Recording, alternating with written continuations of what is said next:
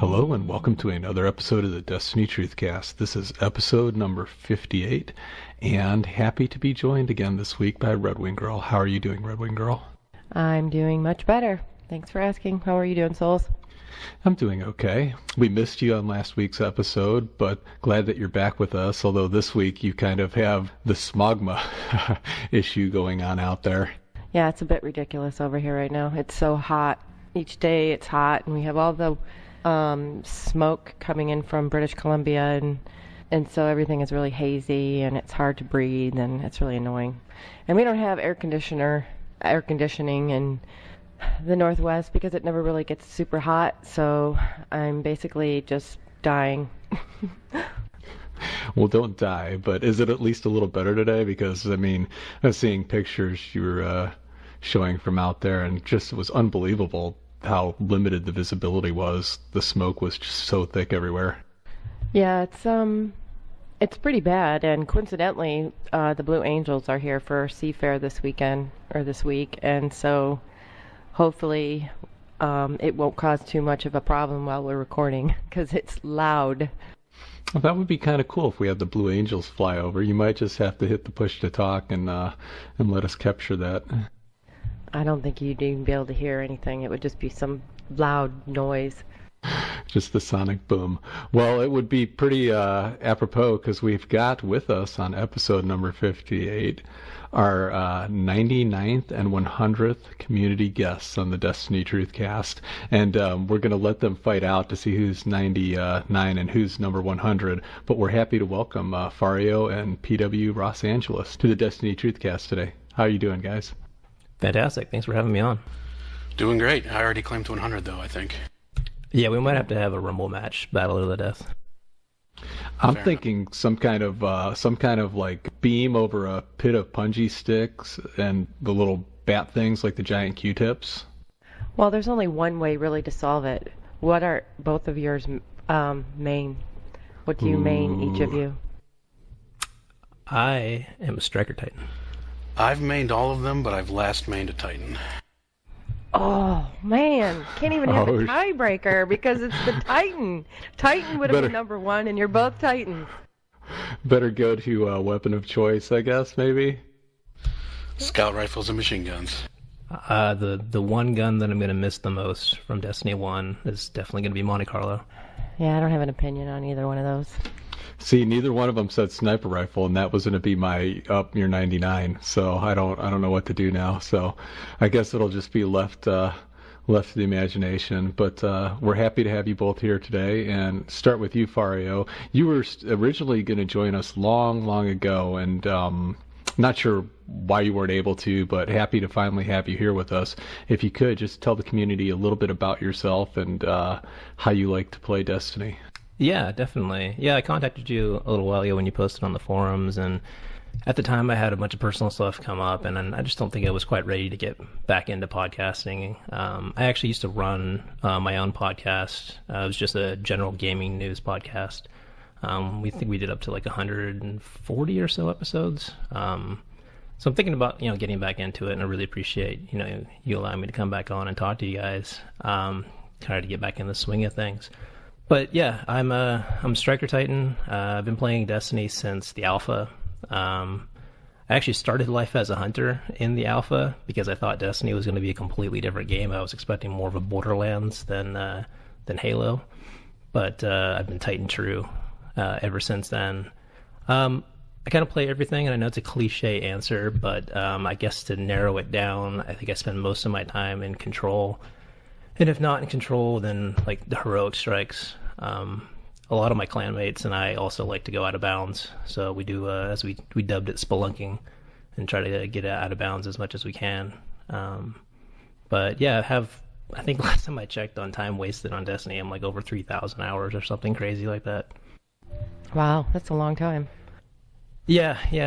I just really got into the game, and there really hasn't been a whole lot that's come out recently that's captivated my attention this way. And I think the biggest thing for me is in year 2, because in year 1 I was kind of a solo player, and year 2 I hooked up with the guys that are now my clan, and just really great group of people, and That's really what's been driving me back, is just coming back just to hang out and, talk to my friends. And that's also brought in other people as well. Like my wife started playing with me as well, and a lot of their significant others jumped on. And so we have a very small, very modest clan, but it's a very tight-knit clan that we all kind of know each other really well. So that brings me back every day. That's really cool. Are you guys more of the into PvP, PvE? Are you Crucible junkies? Are you raiders? How do you like to play? We've got somebody for everything, pretty much. We really do try to hit as much as we can. At one point at the end of year one, going into year two, I ended up being the sword bearer for us. So we did courtesan a bazillion times. I think I have over 120 clears in courtesan or something like that as a sword bearer. So a lot of raiding. I think whenever I'm not with somebody and I just go into Destiny by myself, I've spent hours in control. So I really, really do love control. Yeah, I try to touch on it as much as I can. With that many hours playing the game, if I was just doing one thing, I think it would have gotten repetitive a long time ago. So I try to bounce around as much as I can to keep it fresh. Yeah, I just looked up how many hours I've spent on Destiny, or time wasted on Destiny, and it just gave me 3,091 hours. That's ridiculous. I'm looking at that right now. Oh my God. Yeah, you've got your Titan is your winner and your Warlock is in last, so there's no shock there. But 3 hours away from 1,300 hours on your Titan. That's pretty impressive. It's kind of weird. It's like it's an achievement, but also kind of sad at the same time. So it's kind of depending on how you look at it. But I like to think that it's more of an achievement. You were top 1% RWG. I believe it. The thing of it is, though, is that I spend a lot of time going after armor and guns, and when the grind was real in the beginning, where you had to get materials for each different character, just all the stupid time that you had to spend grinding out just to get stuff. I think that's where the hours came in. I mean, if you probably did a graph of the last 3 years, I think I probably would have really peaked in the first year and maybe part of the second, but then it probably went down a lot in year 3 just because we didn't have to grind so much. You could actually just play the game and enjoy the game and not that I didn't enjoy grinding, but I think that's where a lot of my time was spent. Plus, the other half of the time that I spent is in the tower looking at shaders, so I can't help it. It's just one of my weaknesses. Oh, let's see what this set looks like with this shader on, and it looks different on everything. So how many did you say you had? 3,091. Yeah, you've got me beat by a lot. I've got 2121. You've got me by a ways. Yeah, I was just gonna say too. I don't even want to know how many hours I've spent in the tower, just running around, jumping over stuff, because we've spent so much time just kind of sitting there, just talking, BSing with each other, and just basically doing not actually playing the game, just on a call, chatting with each other. But it's awesome that the game's brought us together like that, though. And what about you, Ross? Why don't you tell the community a little bit about yourself? Hey, so I've been gaming my whole life, since the Atari, to date myself. I've been playing shooters my whole life. I dove into Destiny year 1. I think I was day 4 player. The first weekend it came out. I can't claim day 1. I started maining a Hunter. Went to Warlock eventually, then I went to Titan. I dumped thousands of hours into, so eventually you just gotta change it up. I played it all too. PvE, raiding, PvP, trials, had to do it all. I'm originally from Michigan, currently reside in North Carolina. It's way too hot this time of year. But, I dumped thousands of hours into year 1, hundreds of hours into year 2. I eventually hit the Destiny wall, whatever the latest rounds of nerfs were, so I took a long break. I just finally recently came back to the community with the D2 beta. So you're primarily a PvE player or PvP, or are you sort of just generally even across the board? I would say pretty even. I love the raiding and, of course, PvP. Like Fareo, I spend way too much time playing Control. So what was your thoughts on the new control in the beta? I didn't particularly like it. It's, I think, the wrong changes, maybe. What I don't like is the balance that they're going for, the limitation of the balance that they're going for. We asked for this longer time to kill mode. It's on the community wish list, I believe, hardcore mode, where we wanted longer cooldowns, we wanted less supers, we wanted to remove heavy ammo, we wanted this gun tactic, team-oriented PvP game mode. We asked for it, but we wanted it as a separate playlist. We didn't want it to be the entire game. We didn't want the entire game to get nerfed for it. So I'm okay with the D2 PvP, but not as it can't all just be that. Why isn't there more of a D1 balance in there as well? So it's kind of a complex answer how I feel about it. Yeah, I can echo that sentiment as well. It's very strange to go from Destiny 1, where you have a playlist that you can solo into, like Rumble. You've got your 3s playlist with Skirmish and Salvage, and then you've also got your 6s playlists like Control and Clash, and each one plays radically different than the other. So you have a variety. If you're just primarily a Crucible player, you can bounce between those different playlists and have a different experience each time that you go into one of those. And while the rules of the particular game modes that going into Destiny 2 are different, with elimination and control, it still feels very similar. And the fact that every game mode is 4v4 definitely feels like they've taken away some variety from the Crucible. And that also brings up a whole nother topic of, moving from a raid or from a strike into the Crucible. You now have to either add a person or take away a couple of people, which is unfortunate. And if you still had that 6v6 playlist as well as a 4v4 playlist, you would still have more options for that. And I'm just not really sure what the philosophy was on that. It almost feels like it was a design change later in development of Destiny 2, where they realized 4v4 is better than 6v6, and then they didn't change PvE to kind of harmonize with that. I don't know if you guys agree with that or not. Well, I think they created the maps based on the amount of players, 4v4.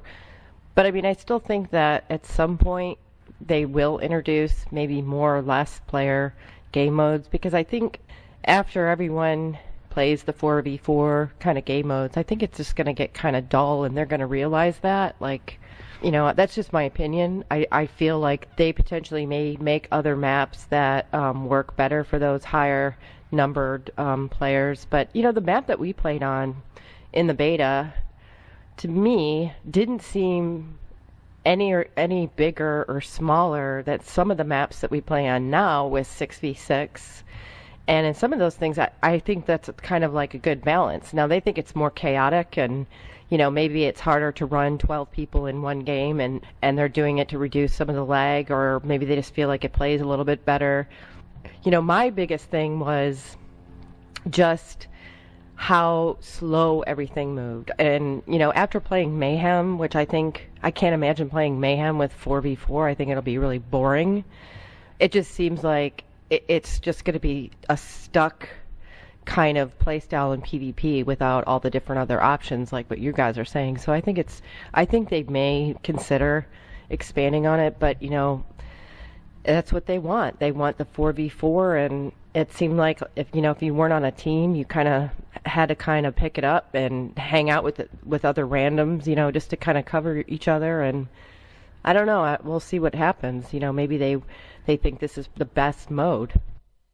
Well, to what you were just saying about the slow, and I'm curious if any of the three of you have had this experience when we were playing the beta.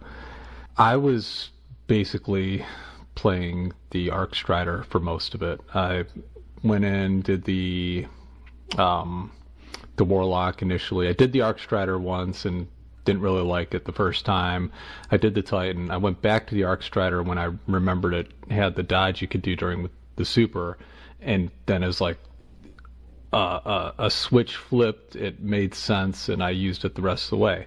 That said, playing the control on it, my initial armor build was all set up for agility, and at one point I went and I changed everything to, I think, max health, and I was shocked, like particularly like doing the secondary ability, the cooldown evade, how much slower I seemed to move. And so to what you're saying, RWG, about the speed of play, I'm just curious as like how much of that is affected by how we set up our characters with our gear, that if you go like the full agility build, if you'll get that sense of speed back, and that if, you know, because in Destiny 1 you really didn't like notice any, you know, you could bump up agility, but I never noticed a difference in game. But in D2 I 100% saw it in that beta, so just curious if anyone else saw that and thoughts on that. Yeah, yeah. Agility, and mobility really only affect your walk speed, and it seems like with that slower pace combat, you know, I was finding myself strafing and walking less than running, or in the case of being a Titan, skating. So I could definitely see that, you know, noticing it more because of that. And then as well as I'm kind of more of a medium speed Titan, if that even makes sense, where like I know how to skate and use Twilight to skate incredibly fast.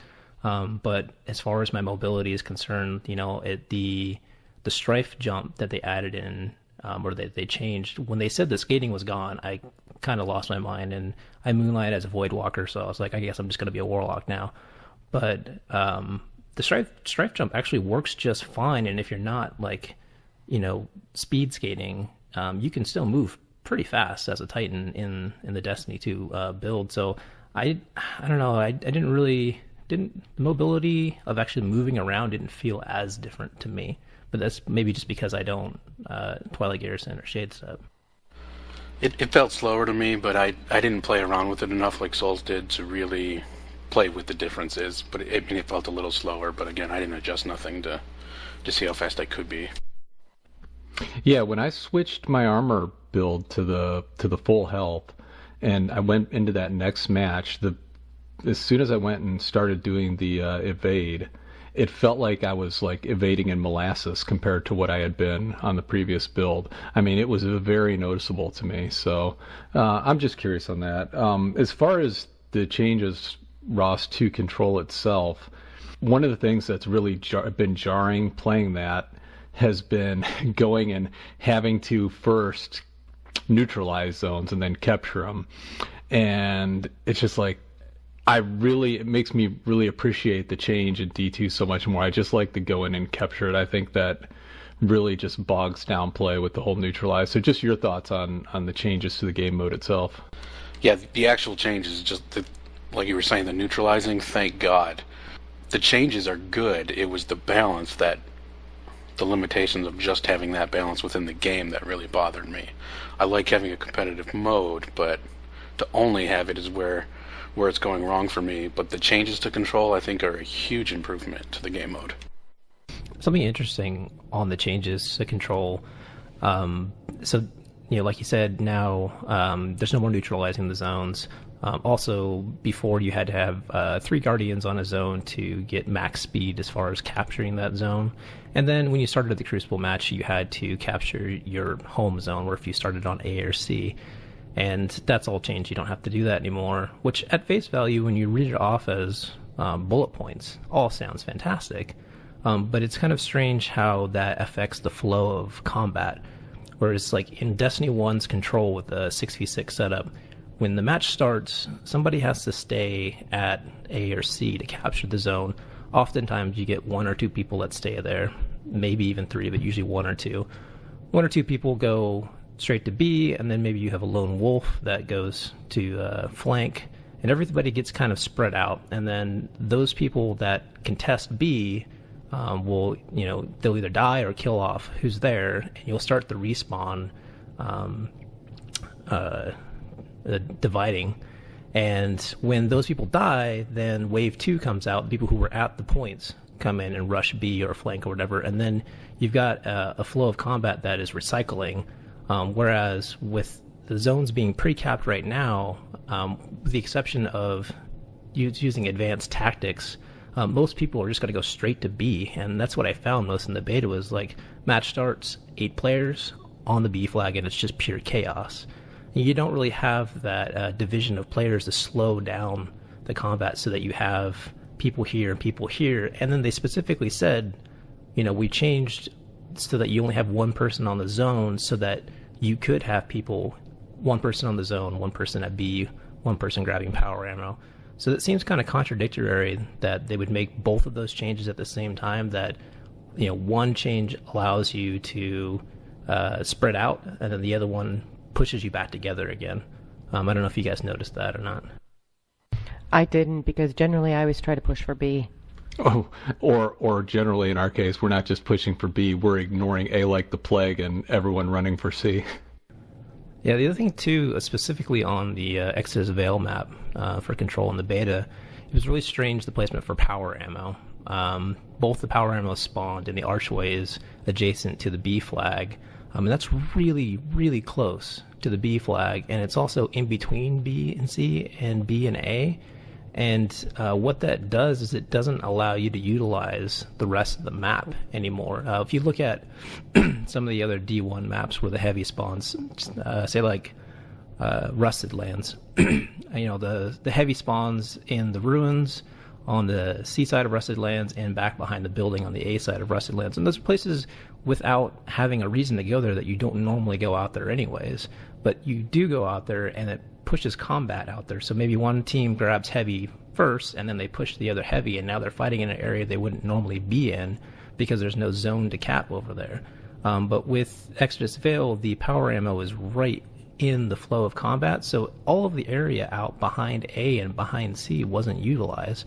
Furthermore, if you drop down the drain and go to the back, there wasn't really a whole lot of combat happening in there either. Like multiple times I would go back behind the drain and just sit there and wait and just see if anybody would contest me, or I'd jump up the drain, throw a grenade, say, hey, I'm here, come fight me down here, and people wouldn't even come down there. So we were only really using like maybe 60% of that map, which I thought was just a strange place for the power ammo.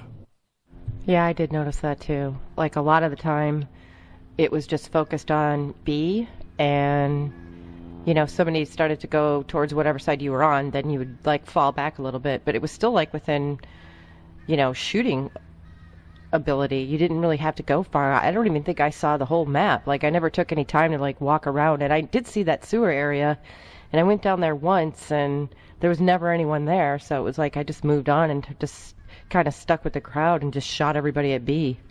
Yeah, I like the changes, but like you're saying, the map, I did think the map design was very poor, and hopefully there's a good map variety in D2, but I did the exact same you did. I went to the back of the map and sat there and had a dance party by myself, because nobody's going to that portion of the map. Yeah, it's just strange. I mean, like, if you move the power ammo out back behind A and behind C, you force combat to happen over there, and then when you grab that power ammo, you now have to travel back to the flow of combat, and one of those avenues is through that back drain area. So maybe, your teammate says, oh, hey, they're recapping A again, and you were grabbing power ammo. You're going to walk through that zone at the back of the map now to get over to A, because it's the fastest avenue over there. And now you're really utilizing the entirety of the map, and there's a lot more variety. It's going to feel less stale after hours and hours and hours of playing on that map. And that's one of those things that they can still change. There's been plenty of times, like Blind Watch in Destiny 1 has had a complete revamp of where all the points are, and in year 1 they changed those around. So they can still move the power ammo, but it's just, I don't know, I didn't feel like Exodus Veil was utilized correctly. Yeah, it was just poor map design. Everybody was complaining that map was so small, and it's because they didn't use a third of the map by design. Yeah, and that map is, no bigger than like an anomaly. Like, it's a pretty small map. Like that in Destiny 1, that would be a 3v3 map at least. What if they were to do something where they made the game mode where occasionally B would move to different locations. A and C would be set, but B would shift every couple minutes to a different point on the map. It would definitely help move the flow of combat around the map too. And one of the benefits of playing Control over, say, playing Clash is you always know where the enemy is, and you know where they're coming from. So it's still having that point there. Like, yeah, you've moved the points and now it's not where you last saw it, but you still have a visual aid on the screen telling you the enemy is probably here now. So it would throw a little chaos into it, but it's like a controlled chaos, no pun. So as far as the overall balancing of play with the weapons, the abilities, supers, grenades, class abilities, whatever, what was your take on how everything played in conjunction with each other? I'm not a fan of the team shooting. I understand that it is a viable tactic in something like Trials, or even in Skirmish, but as a Control player, I really didn't want to see that in Control. I wanted to have more 1v1 opportunities. And one of my clanmates, who is our strongest Crucible player, who's really good, he was even saying that, in Destiny 1, he's been in Trials matches where he's taken on some of the bigger name streamers, like Miss 5000 Watts and a few other people, and he took on the entire team and took all three of them down. And he's playing the Destiny 2 beta, and he's just like, it's really, really hard to take on two people at once now. It's almost impossible to take on two people at once. Yeah, I like that they were going for a more competitive style, but like I said, I don't like the limitation of making all of PvP this way. They made two playlists. They made a competitive playlist and they made a quick play playlist. And when I first heard that, I was like, oh great, they listened. They're going to give us this more competitive, higher time to kill game mode in the competitive side. And then quick match I expected to be more like D1 balance. But they didn't even balance them differently, so I'm kind of scratching my head of why there's even two playlists to begin with. I think something that we have to remember too is after, towards the end of year one up until now, some of the biggest complaints from the community has always been Crucible balance, and that's driven a lot of their updates and a lot of the balancing, and as well as weapon balance in the Crucible. And I don't agree with this necessarily, but it seems like it's designed in a way where it's a much more comfortable environment for them to balance the game, so that it feels a little bit more even. With that, it becomes a little stale, a little stagnant. It happens anytime that you balance something perfectly. But I feel like that's the driving factor behind the changes on the Crucible like this. Oh, yeah, most definitely. I mean, we've seen it from day one. People have been complaining about Crucible, and almost all of the changes that they've made have affected PvP in some nature. I mean, look at it, what the state of it is today. But then that affects PvE too, and so, we saw slow down supers, time to kill was, slower, but then you go into PvE and then you're like picking away at these new ads, and it's taking forever. You get like 1 or 2 supers a strike, and so, but I think that they're gonna, they are already said that they're making changes to improve all of that. So, and we also don't know. We were exposed to 2 PvP types, the quick match and the competitive. There may be all kinds of different things that we don't know yet that they're going to come out with. And so I hear, I have such a reservation about judging things because, the beta really wasn't a demo. It was a beta, and they really just wanted to see how we all moved together and against the ads. And so I think it's going to play a lot differently. What we'll be able to find out more closely is how the PC community, because I believe that a lot of the changes will be on PC, and we'll see if things move differently on the PC than they did for us in the consoles. But I think we just need to, hope that they come out with a couple different other modes. And so, something you were talking about in the lead up, Fareo touches on that. The level of information that they've put out on D2, and you were saying versus D1, and we don't know what game modes are to come and what there will be in the actual game. Yeah, it's kind of a double-edged sword, isn't it? Because on one hand, you want to be surprised, but on the other hand, you kind of want to know what you're getting. You don't want to go to a restaurant and then just order the number 2, and then, well, what am I getting? Well, you'll be surprised, and then you could just end up with something you don't want. So which is an extreme. They've talked a lot about Destiny 2, but at the same time, there's a lot of fundamental things that they haven't talked about, which I feel is kind of strange. Like, they haven't talked about the light level system.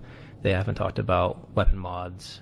Just the real basic grindy stuff that isn't revealing the story or the raids or the things that people usually want to keep secret.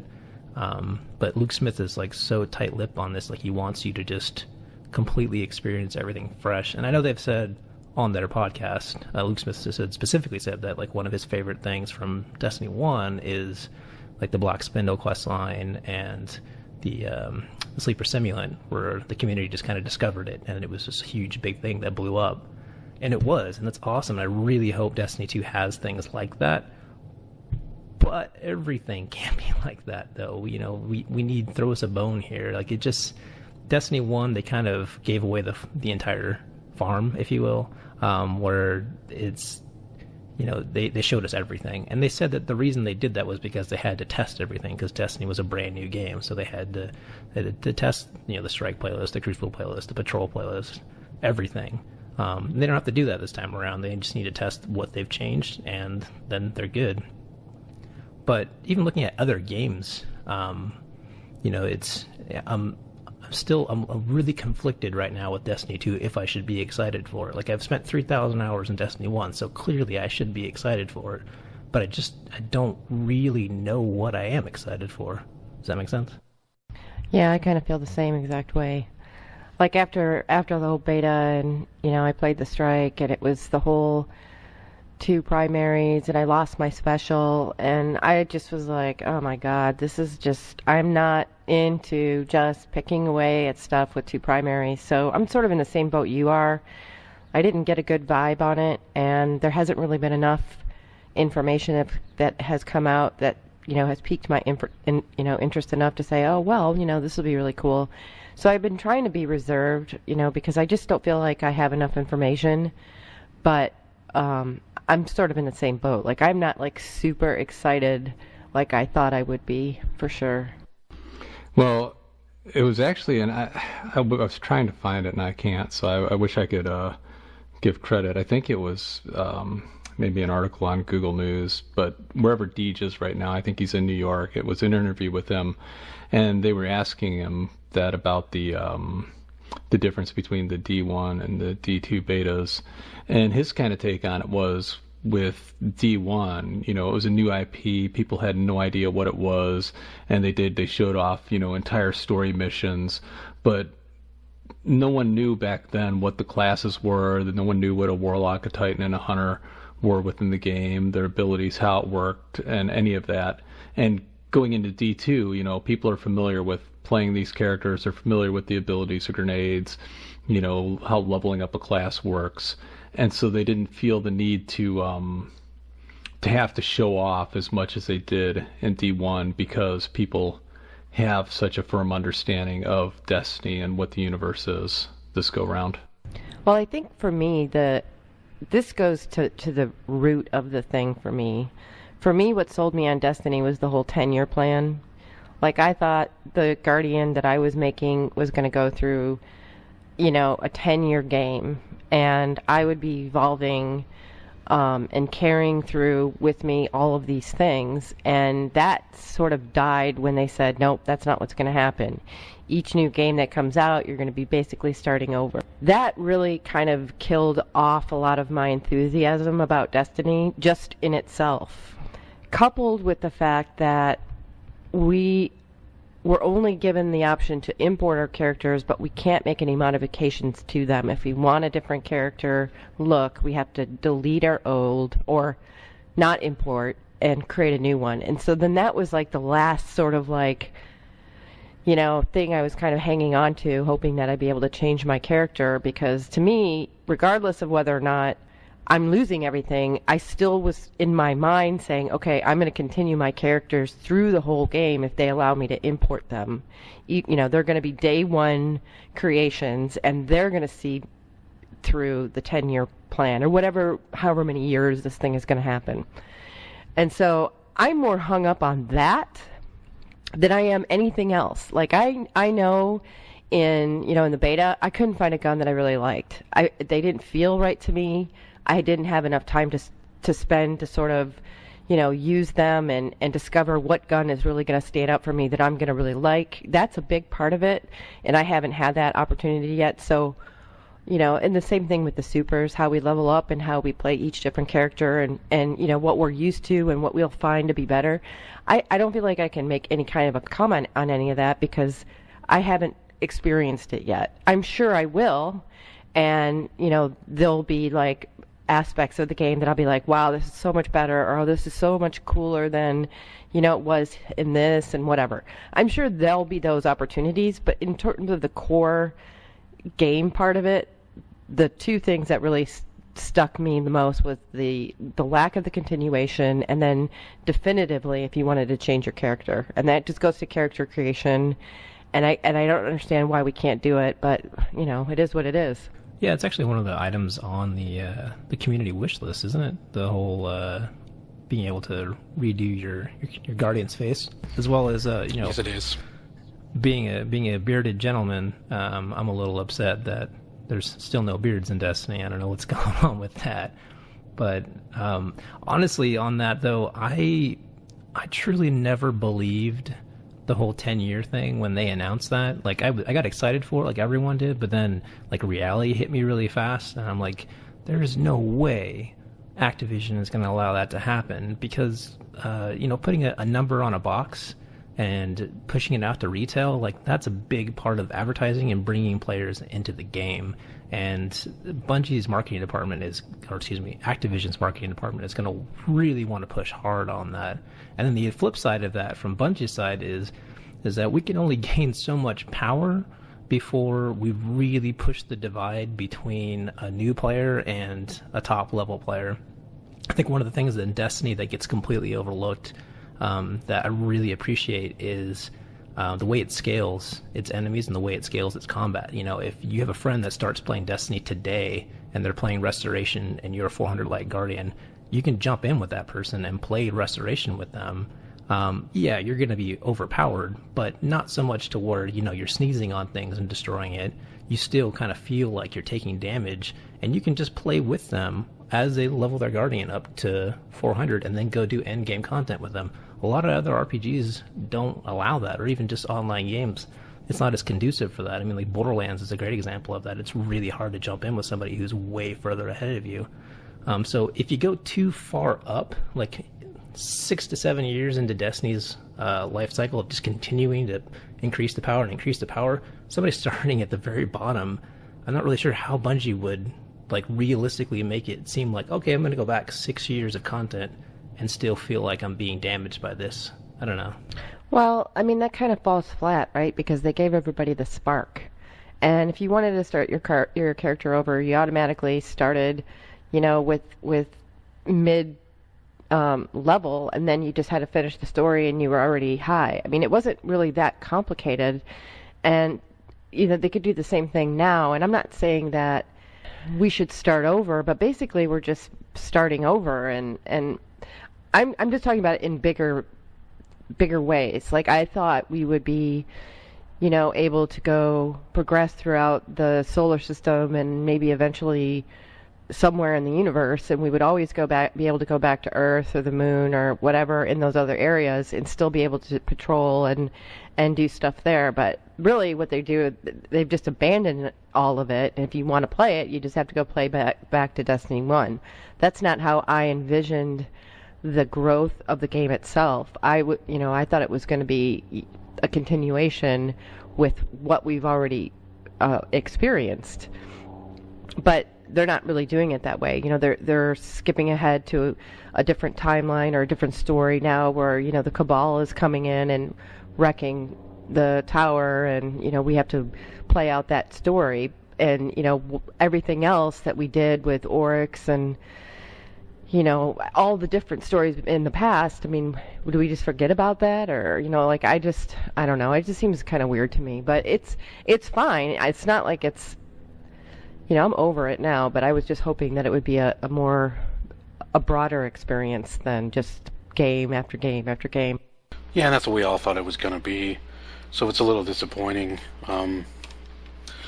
part of the 10-year plan was certainly part of the appeal for a lot of people, including myself. I mean, realistically, I didn't think it was going to happen to the extent that we all wanted it to. But the fact that they are just, Destiny 1's its own game now, Destiny 2 is going to be its own game, is a little disappointing that there's not going to be these bridges between the different games. I also echo the lack of beards. What surprised me, and I was, unlike you, I thought that there was a blueprint for how they would do it, Fareo, because, you say you don't see Activision doing this, but, it's Activision Blizzard, and the biggest best-selling game of all time, they've done exactly that.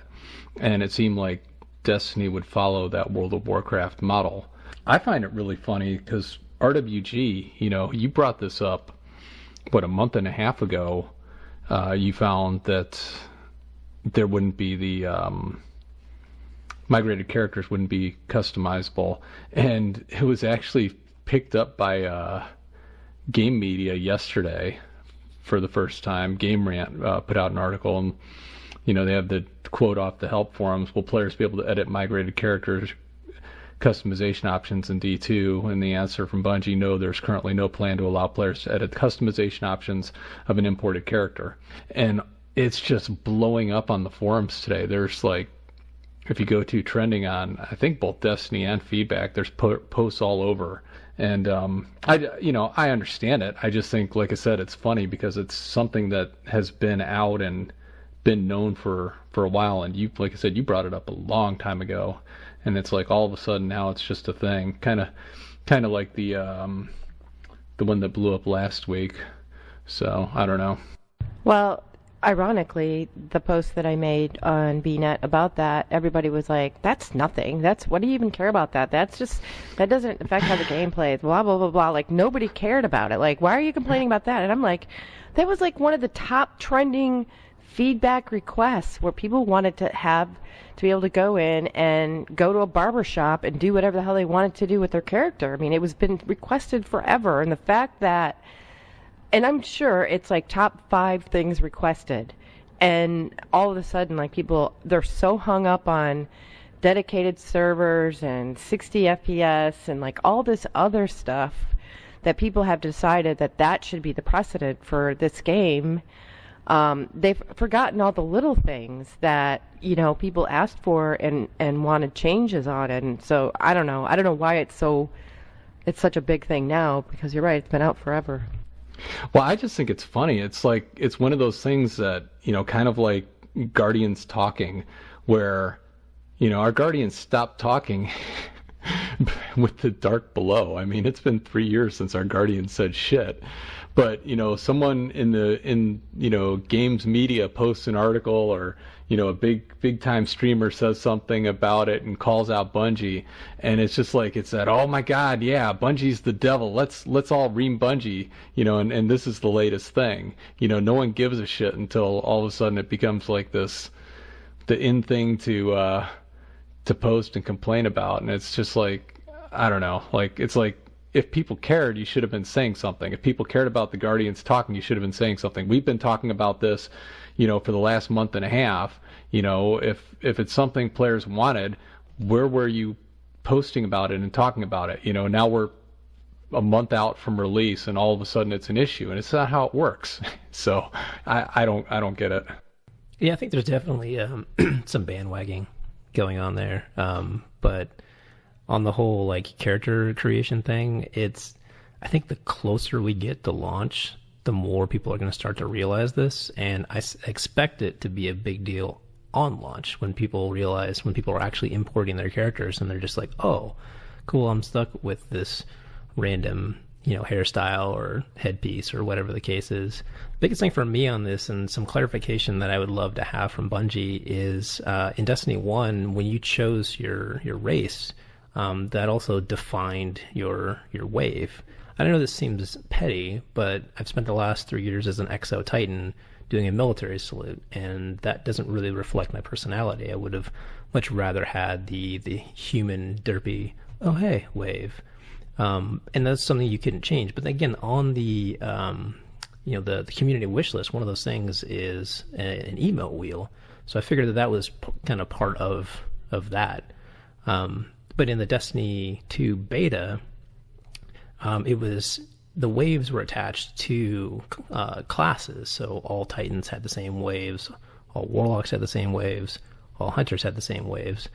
So that kind of has me concerned now going into Destiny 2. Like, you know, I wanted to redo my Titan and make my Titan a human, especially if they were going to add, you know, the ability to put beards and stuff in there. But now am I just stuck with that wave? And I think the biggest thing, and I know a lot of people are probably just saying, like, just delete your character and make another one. They've already said that your character is going to get a timestamp on it, and it'll say when the character was created. So my Titan is a day one Titan. So if I delete my Titan and start a new one, does that mean that my Titan's timestamp is going to be Destiny 2? And again, that seems petty to some people, but like, I've spent a lot of hours with that character, and I really don't want to delete it. Yeah, you know, like Souls was saying about the voices, nobody complained about it for 3 years. So you had your chance to complain about it, you didn't. It's not in the game, get over it. But we've been asking for character customization from the get-go. And the fact that it's not going to be in D2 is a little surprising and very disappointing. And a lot of people are going to be mad about that, especially with these date stamps. Like, that's actually giving you a reason to want to import your character. And the fact that they're not going to let us modify them in any way it's really lousy. Pretty shitty, actually.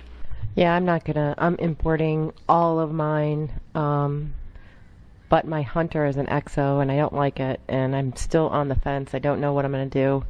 But my Titan and my Warlock, I'm definitely importing. Those were the first two characters that I created. You're a unicorn for life. Come on.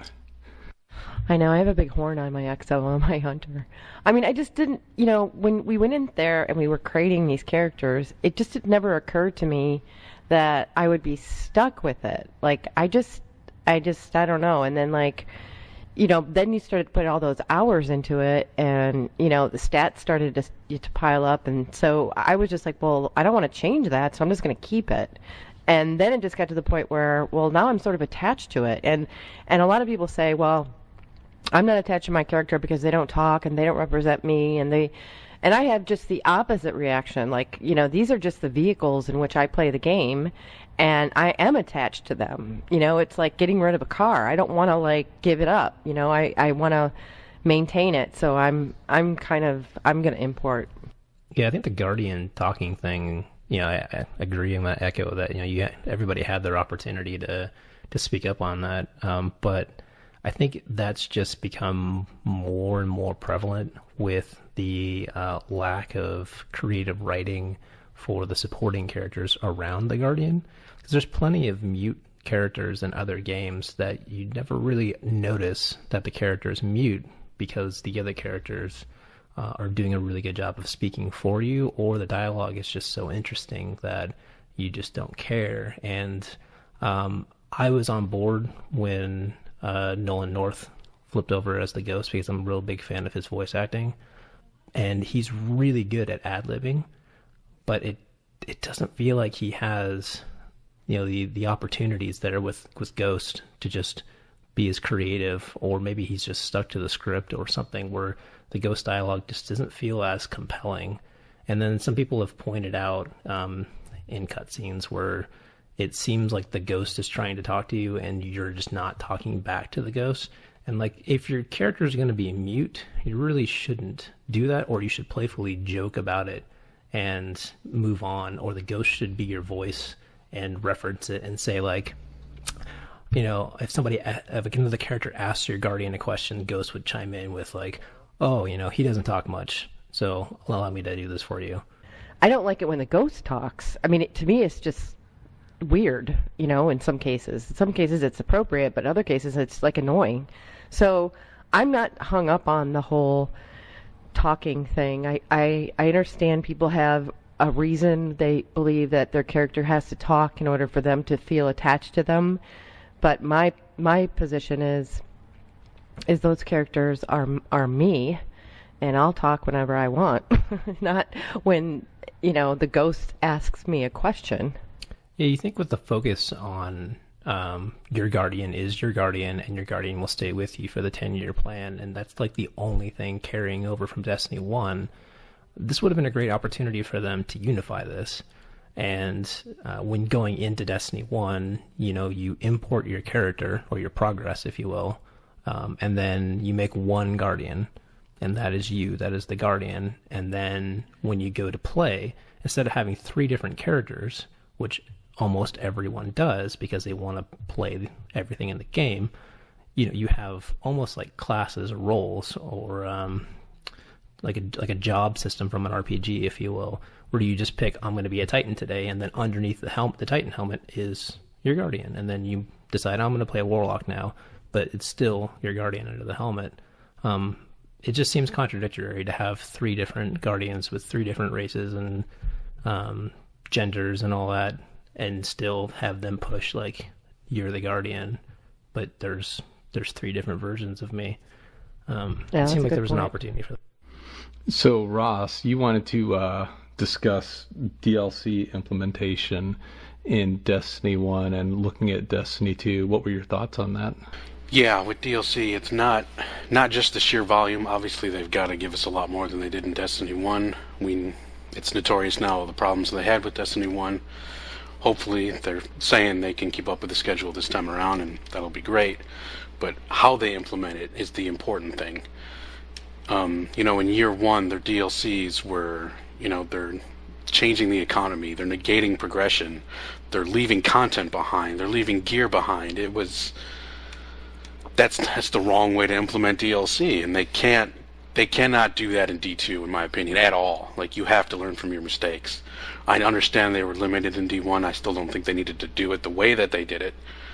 But its effects on the existing game, when they implement it, it needs to be a true DLC. It needs to add content, not remove content, not negate progress.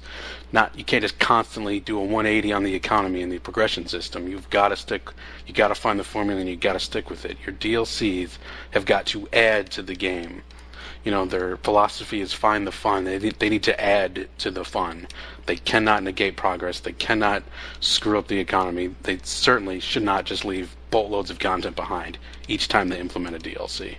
Yeah, I totally agree with that. I kind of feel like a lot of that was growing pains, though, with Destiny 1. And it was a lot of just like, hey, we didn't expect this to happen, so do this to fix that, which then ended up breaking this. And that, I think that's just the story of like the first at least a year and a half of that game, which is unfortunate. And like when the Vault of Glass became old content, I was pretty sad because I really enjoyed running that raid, and I still enjoy running that raid to today. And I'm glad it came back, but it took so long for it to come back, and it just seems like it would have taken very minimal effort just to keep it up to snuff. And their excuse on that was, if we're going to bring something back, we want to add something to it. And it's like, I admire that, but that's not necessary. Like, we like it the way it is. If you just keep it on par with light level, we'll play it as it is, and then if you want to create a specific new Vault of Glass to wow us with it, then fantastic. But there's really no reason to leave the raids behind. But I'm not a World of Warcraft player, but I've been told by my friends who are that that's not consistent with the philosophy of that game. I don't know, Souls, if you play or not, but I'm to understand that the raids do get left behind there. Oh yeah, they get left behind. I played it for about 7 years. As far as how they've approached the DLCs, and Fareo, you made the comment about the first year and a half. I think, Ross, that over the first year and a half to the second year and a half was kind of completely like night and day. Maybe there wasn't enough of it, but we had, what was the winter event called, RWG? With all the Christmas presents. I can't remember. It was on the tip of my tongue, but as soon as you said that, I forgot what it was. Come on, Ross, you're our last hope. I played it. I don't remember it. Anyway, but yeah, I mean, there was that. There was the Sparrow racing that came with that. So just your opinion on how they've handled the DLCs in that aspect, and just your thoughts of how it was originally versus as the game progressed. Did you see anything that you thought they did right, or what you think they could still do better? Right. You pretty much explained it. They did get better the last year and a half. I barely touched the game at that point, but I wanted to strongly emphasize how they implemented it early on, and that they can't repeat those mistakes, and that the DLC truly has to add to the game, and they should never take away from the game. Even if you outlevel a raid, that raid shouldn't be pointless to ever go back and run it. I'm still worried that they haven't learned all of their lessons, but that remains to be seen. But they've got to find the economy, the progression system. They can't just constantly change it. They've got to just add to the game with their DLCs. They just cannot take away from it. Well, yeah, I can totally agree with that. I mean, the problem with year one was you couldn't upgrade 90% of your vault. All of your raid gear was gone, and you had to start over with new blue gear, and you could never use a Fatebringer again, or all the cool guns that you got in year one, you couldn't use them again because you couldn't upgrade them. And so I agree that they should have, we should have the ability to infuse, if that's going to be the program, whatever gun that we get from year one or in D2 through the whole lifespan of it. If they do the same thing again, and we have a whole vault full of stuff that we've gained in this first year of D2 and we can't use it again, that's going to be a huge mistake. And if they didn't learn from that, that was one of the biggest complaints on the forums, is that we couldn't use our year one stuff. Right, they just erased year one, and it was awful. They could have done it a little better. I mean, I understand they were taking the game in a different direction, but to just get rid of all the content, get rid of all the gear, leave all of the players, they just left it all behind. That was really devastating to the game. I think a lot of that is perception. I think that they did a worse job of explaining their philosophy on that as to why they were leaving it behind. And I think that's what rubbed most of the people wrong, is that they felt like they were just ripping their Fatebringer out of their hands and throwing it on the ground saying, no, you can't play with that anymore. And a deeper part of it is, at some point towards the end of year one, if you weren't rocking a Fatebringer, Black Hammer, G-Horn loadout, you were doing it wrong. No matter what activity you were doing, that loadout was supreme in almost every activity. And a lot of the changes, the reason why they made those changes was because, they didn't want the game to feel stale and stagnant. You had to run that loadout. And they just ended up making those guns too powerful and too good, which is unfortunate. And it's unfortunate that they had to take it away, but it was kind of necessary to encourage you to use different weapons. And I'm sure a lot of us still use different weapons anyways. I mean, like I said at the beginning of the podcast, I love Monte Carlo, and while Fatebringer was definitely more efficient at killing minions of the darkness, I still enjoyed running around with Monte Carlo. But I don't know, Bungie needs to talk more and to explain more, because they're very smart. They know what they're doing, but they're not very good at conveying it to the fans, and then people misunderstand it very quickly, and then they get crucified for it, which is very, very unfortunate. Well, I mean, the problem with that philosophy, though, is that the majority of those guns that were really good were rewards that you got for completing a raid. And so if those guns were OP, then what's the problem? I mean, PvP, Crucible, there is no light level, so, if you've gone through a raid and you wouldn't use a Fatebringer anyway, but if the Fatebringer was the hand cannon of choice in PvP year one, then what's the difference? I mean, you could use other options in PvP and not have the PvE weapons, but in PvE, the whole point of going through all the strikes and playing all that stuff after you did the raid was because you had these great guns that you got as rewards. And if I wanted to use a single loadout, which I do now in PvE, I have a single loadout and it's all raid weapons, and that's what I use in PvE strictly. The only time that I actually use a different arsenal and use different guns altogether is in PvP. Plus, who cares? Let me play the game how I want to play. If I want to constantly just play with a stupid Fatebringer, no matter what I'm doing, then that's my choice. But that's not really how. I mean, it kind of went to the same thing when they nerfed the Gallahorn. It was like, because everybody had on LFG said, well, everybody has to have a Gallahorn or you can't play the game. I mean, they fell to the trap.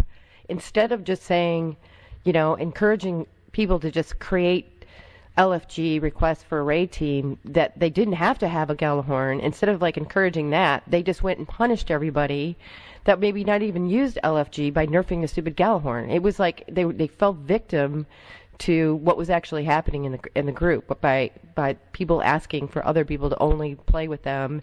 Like for Crota example, if you had a Gallahorn, if you follow like how people complain about stuff to death, you sort of see how PvP has become how it is today, and people that play PvE generally aren't. They just sort of adapt to whatever is going on, and they do whatever they have to do. It's only the people that are really vocal that play both aspects of PvP and PvE, and notice how detrimental some of those changes that happen in PvE start to really complain on the PvE side. It's mostly people on the forums, for example, that complain about PvP. And I wish that they just didn't worry about how people play, or if they weren't skilled enough and they're complaining. I mean, just let people sort of pick out how they want to play. And that's the one thing that bothered me about their reason for not always playing with the same loadout. I mean, yeah, I definitely agree with you. I want to play the game that I want to play, and at the same time, like, I was one of the few that got Vex with the class pretty early on, and yeah, it was devastating in the Crucible, but it felt great in PvE, and I wanted to use it in PvE the way it was. And when they nerfed it, it was never the same again. I also bought my G-Horn week 2 of Xur, despite everyone telling me not to, and I think with that weapon specifically, though, there was a point where you just had that gut feeling that, if you wanted to maximize your DPS, there was no situation where G-Horn wasn't the max DPS. And that's kind of unfortunate for just the fun of the game, because maybe sometimes you want to use something different, but in the back of your mind, it's just echoing like, I should be using G-Horn right now. I could be doing more DPS. And if there were other weapons that did other unique things that were on par with G-Horn, then, that would have made it a little less frustrating to not feel like you were pigeonholed into having to use that weapon. And I think the better answer would have been to buff something else and not nerf G-Horn. But I think that was the echoing sentiment of Destiny 1, was stop nerfing things and start buffing things. Absolutely. They got a buff way more than they nerf. And, they removed Gallahorn from the game, and then they designed King's Fall Raid to where you didn't really use rocket launchers. So why'd you take it out of the game when you decide your hardest content, your hardest PvE content, we would have had to have used a new loadout anyway. Why take it all away? Yeah, that's a good point. I didn't even think of that. Yeah, they definitely... I think maybe just to get rid of the stigma, right? Like, it just became like the go-to weapon. The thing too is that G-Horn was an RNG weapon, and there were a lot of people, like we had some people in our clan that didn't even get their G-Horn until the end of year 1, which was really unfortunate. So I think that was part of it too, was like, just there was too much negativity, I guess, surrounding that weapon. Yeah, I mean, year 1 was broken in a lot of ways, so that's why they wiped a clean slate, but that's why I'm emphasizing they cannot repeat these mistakes, because of how devastating that was to the game and caused a lot of people to stop playing. So, to something you were saying a little while ago, Fareo, about Bungie needs to explain things better, or they end up getting crucified. People need to listen better too, though. I mean, like, so on Twitter today, IGN put out a little video. Bungie outlines Destiny 2's streaming and game capture restrictions. And so Bungie are getting crucified. I mean, some of the comments, like, here's someone, it's like their game is shit, but they don't want people to see how shit it is. I don't get it. So the designers of Destiny 2 don't want the free advertisement that comes with streaming? Silly. And then another, they're hiding how crappy their game is. Don't want people to know. Someone else, red flags all over. Sounds like a dev who knows his game is bad. And so all these people like going off because, you know, they're saying that, oh, you can't stream Destiny 2 on PC. And so the thing is that if you go to This Week at Bungie this week, you know, they actually explain it. It's right there in the weekly update. And within that weekly update, they have a link to an even more detailed response. And so they say, streaming and game capture. The following are examples of streaming applications which have features that are not compatible with Destiny 2. OBS and XSplit. The game capture mode application such as OBS and XSplit is not supported. The following methods are supported for capturing video in Destiny 2 on PC.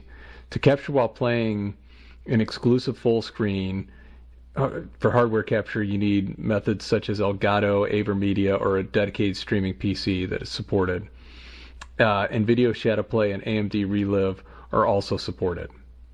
So basically, if you want to capture full screen, you go out and you spend $120 on an Elgato if you want full screen. I mean, they're not saying you can't stream the fucking game. They're saying if you want full screen, get an Elgato or AverMedia. If you're using OBS or XSplit, and this is what kind of drives me nuts about the whole Destiny on PC thing, and it drove me nuts with the whole people not understanding how the frames per second and the resolution and all that works and is tied into each other. You know, anyone that's gamed on PC knows when you get a new game, if you don't have the latest top-notch video card, you're adjusting your video settings on your computer in the game. You're turning down the shadows or the lighting if you want more frames per second, or if you want better view draw distance, more ground foliage, better shadows, better lighting, then you're losing frames per second. You know, and this is one more thing that it's like people that are playing Destiny on PC have absolutely no comprehension of how PC gaming works. I mean, the next line is to capture while playing Windows in Windows mode, including borderless full screen. OBS and XSplit screen capture mode is supported. OBS and XSplit window capture mode is supported. So when you play on PC, you can play full screen, or you can play within a window like you're playing, like when you open up a window for your browser or any other application, where, you know, you'll have the window border around the screen, or you can go borderless. So you can still stream the shit using those methods. You just play in Windows mode and not full screen. So they're not saying it's not possible. You just have to do it from that mode.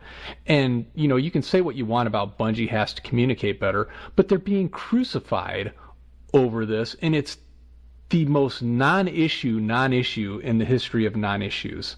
I mean, there is nothing stopping people from streaming the game or doing anything they want as a streamer with Destiny 2, except maybe if you're not wanting to pony up for a dedicated capture device like an Elgato that you stream out of Windows mode, which has no effect on your gameplay, no effect on what you're broadcasting in your stream. I mean, and like I said, it's not like there's a lot of stuff that is buried within tweets. It's buried within interviews. It is hard to find. This was in This Week at Bungie. There's no excuse for people not to see and understand this. I mean, I don't know what more they could have done here. So, yeah, I agree, definitely. I mean, I think part of that is, you know, we as human beings are more interested in bad news than good news. So it's the whole nature of clickbaity articles and clickbaity video thumbnails and whatnot. So if there is something negative to be taken from that, that's going to be the central focus. And then oftentimes buried in the article or buried in the video, the reality is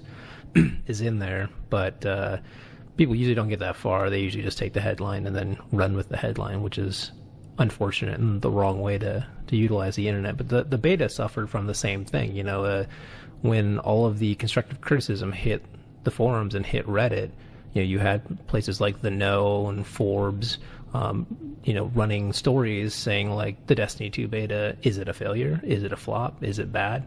And that's just them looking at, you know, the immediate reaction and then just making a clickbait story out of it really quickly like that, which is the nature of journalism, but it definitely shouldn't be that way.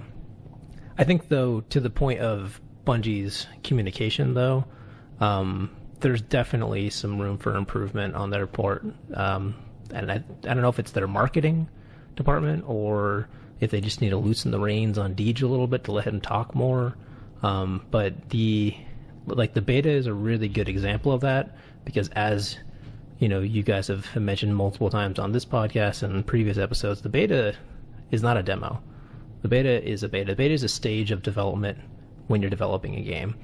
And, oftentimes when you're accepted into an alpha or accepted into a beta and it's not a public beta or alpha, you have to sign an NDA, which is a non-disclosure agreement, which means you can't repeat or talk about anything that you see here, because what you're seeing here is not indicative of the final version of the game. And they don't want to spread false information about their product. Like, oh yeah, I play Destiny, and yeah, there's like no engrams dropping, and like I had to like start at 200 light, and it just, I don't know, I'm not going to pre-order it. Like, usually you sign an NDA so that you don't spread false information like that. That being said, in the last 5 to 10 years almost, it seems, companies have started using public betas about a month or two before release as a way to push out basically a demo and drive pre-orders with it. And that's driven kind of a confusion in the gaming community as far as what a beta actually represents. And part of that is our fault for not understanding what it is, and part of it is their fault for the marketing team selling it as something that it's not.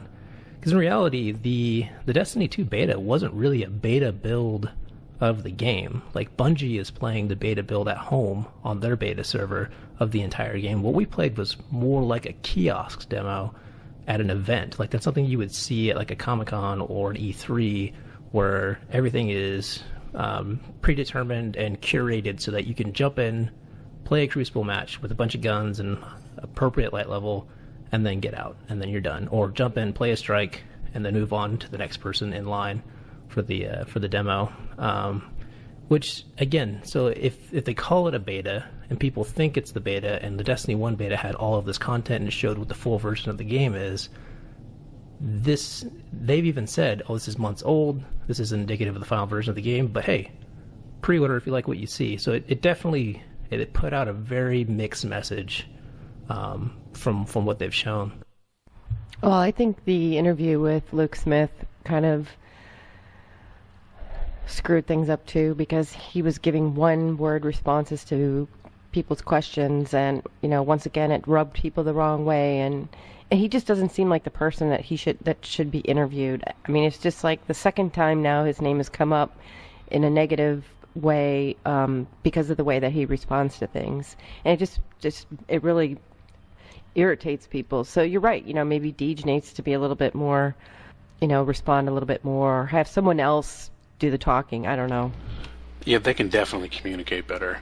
I work in a customer service department. The negative people are always going to be 10 times louder than the people who are happy. So for the community, you've got the top negative and the haters out there who are always they're going to take the spotlight whenever time Bungie says anything, because anytime Bungie talks, it's going to be under the microscope. But they can do better. And Luke Smith, he's responsible for some of the best content in Destiny, so by all means, keep working on the game, but maybe he shouldn't be the one doing these interviews. The other thing, too, that I don't know, a lot of people that are defending the beta that are not really understanding is, like, this is the first time that a lot of people have seen Destiny 2 and put their hands on it and played it. So, and then, you've got developers from the studio saying, like, hey, pre-order to get early access to the beta so that you can get a good idea of what you're getting this September. And then on the second day of the beta, they patched in a pre-order button right on the home screen of it. So it's basically them saying, like what you see here, pre-order the game.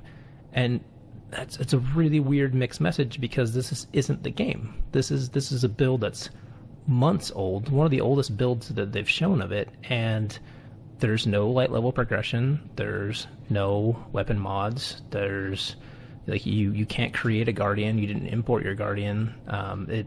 It is actually a pretty poor representation of what the final version of the game is, because the beta was actually more of a online stress test than it was an actual beta build of the game. I agree. But yeah, I mean, obviously Bungie can do a better job communicating, and they did drop the ball with the beta and letting it be known exactly up front what they were doing with it, what it was, what they hoped to see. And, it was a stress test, but RWG and I had kind of a unique experience we got to play 2 different builds of Destiny 2 that were pretty significantly different from each other. Yeah, it was significant, but it doesn't change the overall concept about how I feel about the 2 primary system and losing special to heavy. That doesn't change. Just because I have more ammo drops doesn't mean that I'm going to be happy that I have to make a choice between a sniper and a fusion rifle. That to me, or a sniper and a machine gun, that to me I feel like is one change that I don't really like, and that's just different. It's just a different way to play. Are either of you going to be playing the PC beta, Fareo or Ross? I'm a Mac user, so probably not, but I do have some friends that have powerful enough PCs that maybe I might go check that out, but I highly doubt it. No, I don't think my PC's up to date. I haven't done much gaming on it in years, so I don't plan on it. Playing games on a PC seems weird to me. I'm a console gamer. Are you playing on the Commodore 64, Ross? No, I appreciate the reference though. I would love to see a Commodore version of Destiny. I'm sure someone will come out with it at some point, or an 8-bit. So we are at the part of the program where I would like to get to everyone's favorite moments of the last couple weeks playing Destiny. So Ross, start with you. What's been your favorite recent Destiny experience? Well, the only thing I've played recently would be the beta. Could I do maybe like an all-time favorite moment? Oh, beta or all-time? Alright, so back in year 1, playing a Nightfall. It was an Earth Strike. I just remember the terrain. Probably Winter's Run. I was shooting ads from a distance away. I saw an engram pop, and at first I was like, that's probably a green engram, because at first it looked yellow. I'm like, there's no way. That's a myth. So I'm shooting ads. My 2 teammates finally go down. So I'm the last Guardian standing. I'm inching my way close to this engram. I keep looking back at it. It's like, is that yellow? That can't be yellow. I'm getting closer, and then all of a sudden I do realize it's an exotic engram. I mean, like, I'm not going to go running for it. So my teammates are yelling at me not to. I throw caution to the wind, I go after it, I die like 5 feet right in front of it, and we wipe. Oh. Oops. Can you blame me, though? I mean, it was my first ever random exotic engram drop. So was it gone? Was it not back? It did go to my postmaster. I mean, I went straight to the tower, and it was a duplicate. It was something I already had, but it was kind of funny. It's so funny because one of the things that I didn't like in the beta was I was having trouble seeing the ammo boxes. Like, they were really darker, like a lot darker than they are in Destiny. And I always had the same problem too. Like, the greens always look like exotics to me for some reason. The worst were those little ones that dropped off the Taken bosses out in like the zones and the Divide and stuff, and they dropped that little green freaking engram at the end, and you always thought there was an exotic laying there for you. Okay, can you hear it? Oh yeah. Everyone salute. It's right next to my window. I want to hear the boom. Can you see them through the haze? Yeah. Well, they literally, I'm on a hill, and they fly like right over the lake, and so they're pretty much like I can see them in the cockpit, and they, That's awesome. So they're fly very low.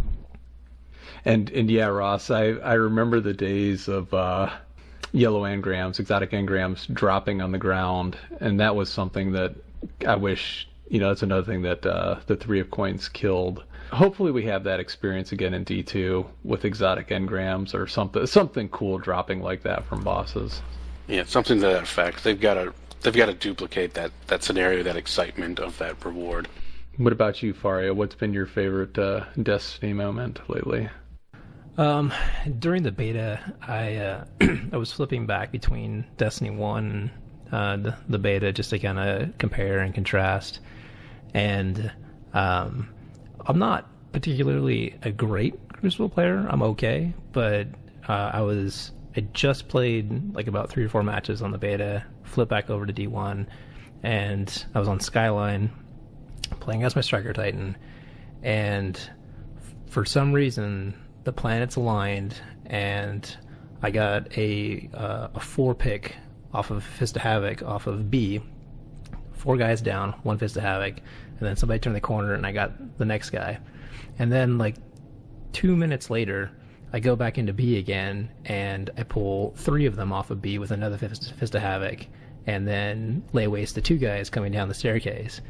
And I'm just like, where did all of this Crucible skill come from? Like, this is insane. So it's just planets aligning, perfect moment. I felt like a badass. It was very cool. It was a lot of fun. I'm definitely gonna miss Death from Above. I hope that it's a Titan exotic perk or something like that.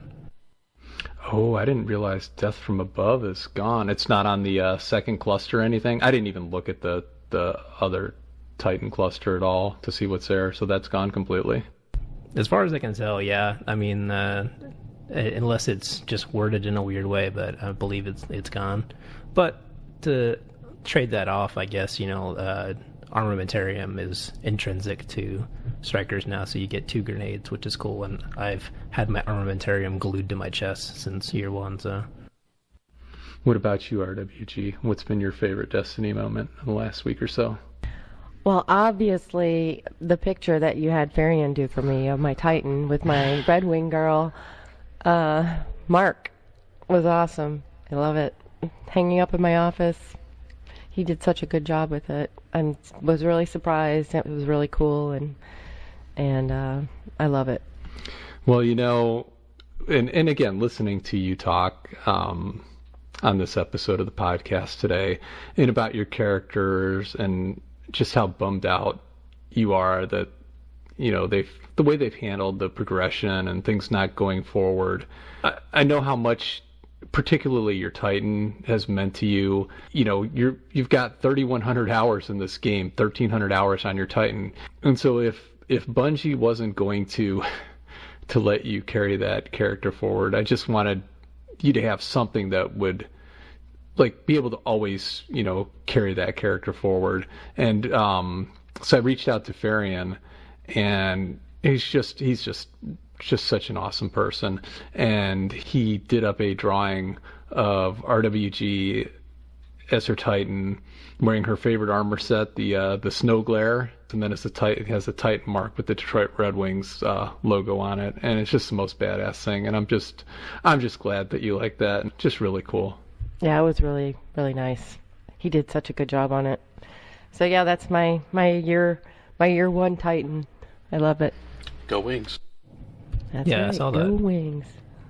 It's a really cool picture. I'm actually working on something for my clan. I'm just putting like a collage basically together of all of our guardians in our favorite armor, holding our favorite primary, just to remember the day 1 or the year 1 days. That would be cool. I can't wait to see that.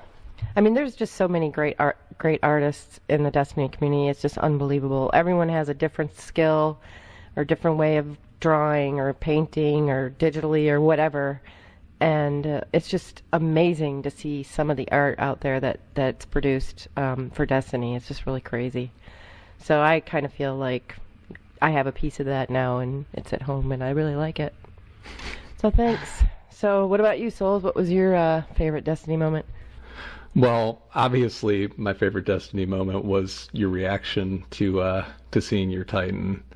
It's just like you said, there's so much great art. But beyond that, I know we've had Fareo on, we've had Cobb One on, and last week I was talking about watching Dan Drumstone streaming. But to me, again, I've been really getting into the Twitch and the art community, and like you said, there's so many. Jay Howard, who was on a couple episodes ago. If you go to Twitter, there's at DestinyComArt, COMART, and he links a bunch of different Destiny artists. And if you want to see some of the stuff that's out there kind of in one place and see some of this great work, it's a really cool thing because I mean there are just so many. I mean too many to really like name. It's something everyone should check out. But yeah, RWG, that's the highlight for me still. The greatest Titan ever. I mean, I'll say it. We've gone back and forth on the Titan and the Warlock, but after seeing your Titan with the Red Wings mark and everything else, I'm going to give you the Titan Masterclass.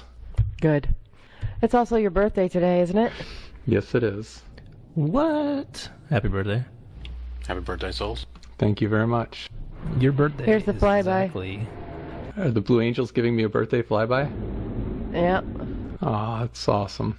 I'm actually sharing this birthday with another great Destiny artist, TR Illustrate. His birthday is today, so that's another one people should look up because his stuff is absolutely incredible. So happy birthday to TR if you're out there listening. Well, I would like to thank both of you, Fareo and PW Los Angeles, for joining us today. Our 99th and 100th guests. The world may never know which is which or how many licks it takes to get to the Tootsie Roll center of a Tootsie Pop, but we're glad you were here and able to talk a little Destiny with you today. It was fun. Thanks for having us. Yeah, absolutely. Thanks for having me on. It was a blast. I'm just excited to get on a podcast and talk to people again. RWG, it was amazing having you back this week and talking Destiny again. Missed you last week. Wish you weren't breathing in toxic air as we did the podcast, but you do have the Blue Angels flying over, so that's cool. Yeah, it's all right. I'm barely able to hear anything that you guys are saying in between each time they fly over, so it's a good thing we're wrapping this up because it's starting to get obnoxious over here now. Well, I hope everyone has a wonderful rest of the day. Anyone listening on SoundCloud, on iTunes, watching on YouTube, participating on the forums, appreciate your taking the time to spend a little of your day listening to us talk Destiny. Look forward to hearing your thoughts on anything we've discussed today. And if you would like to come join us on a future episode, just reach out to Red Wing Girl or myself and let us know because we'd love to have you on. So hope everyone has a great rest of the day and a great week, and we'll see you next week. Thank you. Thanks for coming on, guys. That's a wrap.